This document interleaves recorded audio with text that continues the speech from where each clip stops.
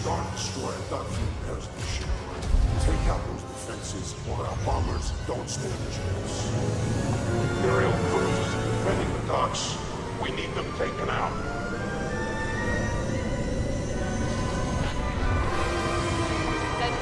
All right, Rob, so we're here. Phase 1 of Starfighter Assault.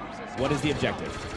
Well, you can see the rebels need to take down the Imperial defenses. That's the turrets and the Imperial light cruisers need to be destroyed. And then the Empire, all they have to do is just make sure that they take out the rebel scum. That's right, just defend. Just like that right there. Wow. Boom, an A-Wing getting blown out of the sky by Narwhal Dave.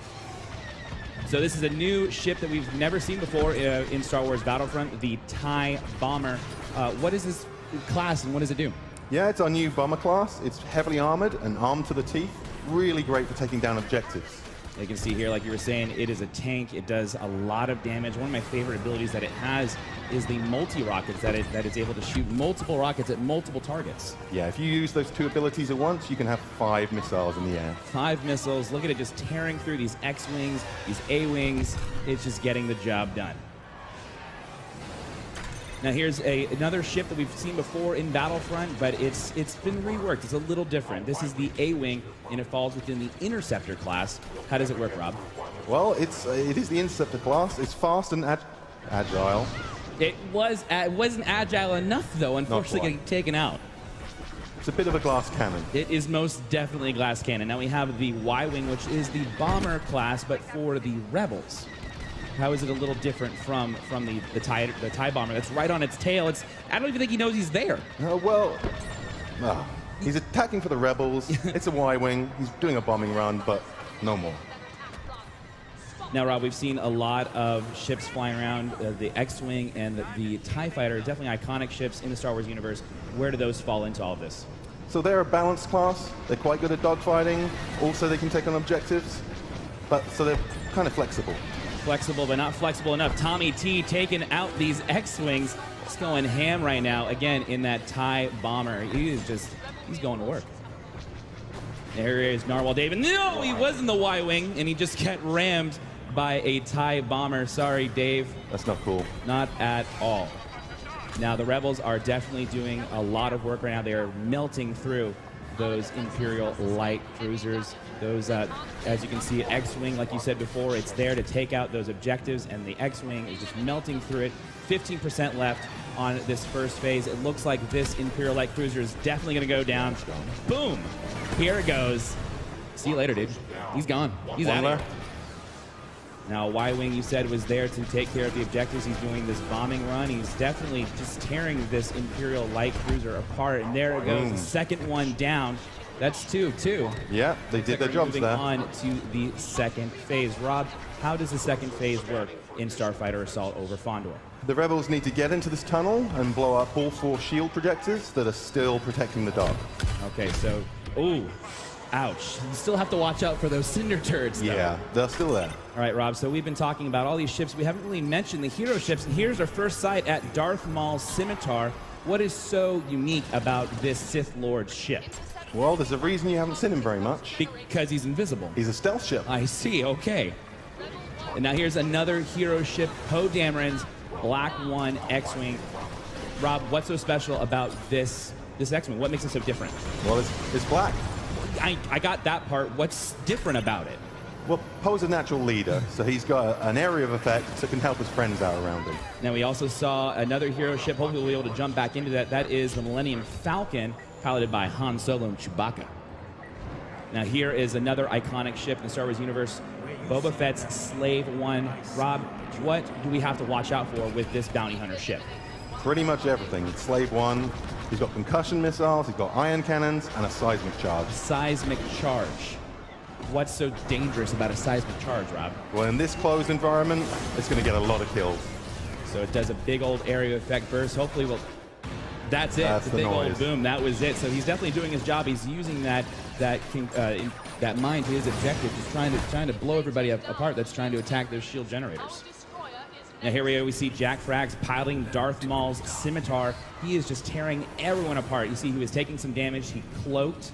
He's using his targeting computer, and he also has those torpedoes to his advantage. He's doing great work. He's doing really, really well right now, just tearing everything apart. He's just going through, destroying those rebel scum. But you have to watch out for Star Wars Battlefront updates. He's in the Y-wing, taking him out, and he does!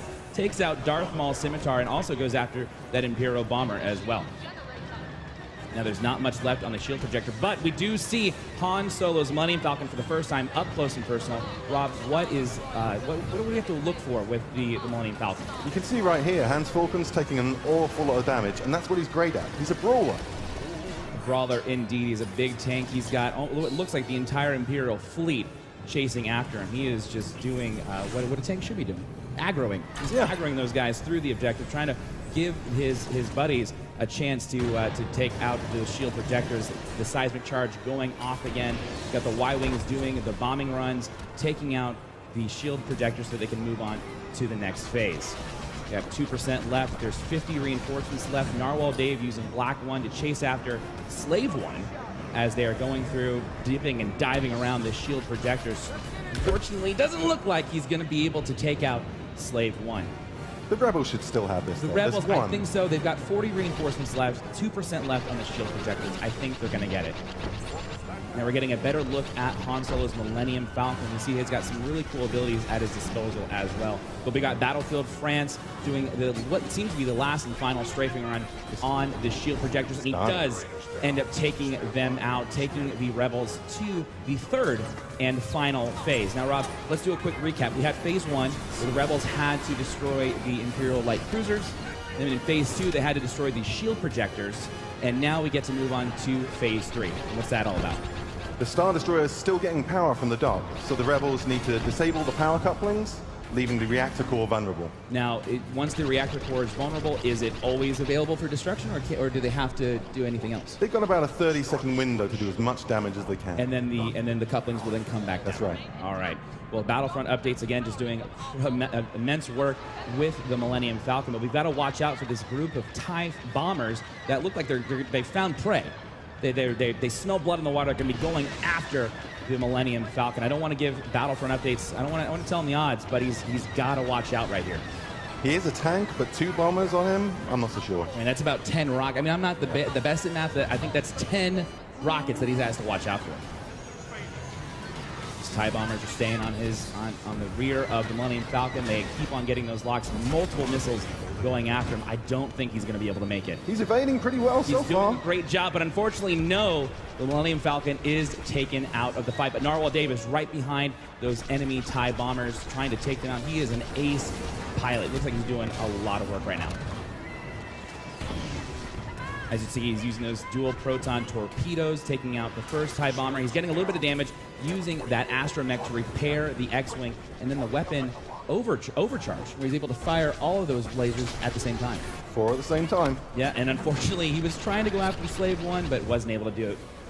The power couplings have been disabled. The Rebels are doing a lot of damage to the reactor, but it doesn't look like there's enough. They have been re-enabled, and it looks like the Rebels are going to have to go back and try to get those couplings off of the... They'll get another chance. They will get another chance.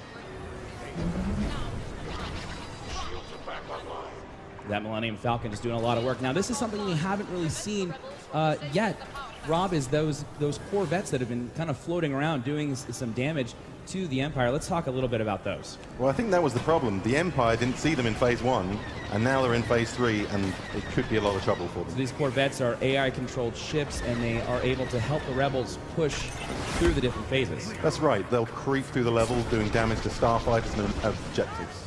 You know, we're back on board with Narwhal Dave, who's in the X-Wing, and he is an amazing pilot. He is handling that X-Wing so well. Rob, you guys have done a fantastic job just rebuilding the controls for these starships. Yep, we rebuilt them all from the ground up, and they're all unique, every ship. That is so awesome. Again, back on board the Millennium Falcon, taking out those cinder turrets. It looks like the power couplings have been disabled again. The reactor core is going down, and that's it. It's been melted away. The Star Destroyer is gone. Victory for the Rebels. Hold back. Our defenses failed. We have considerable setbacks.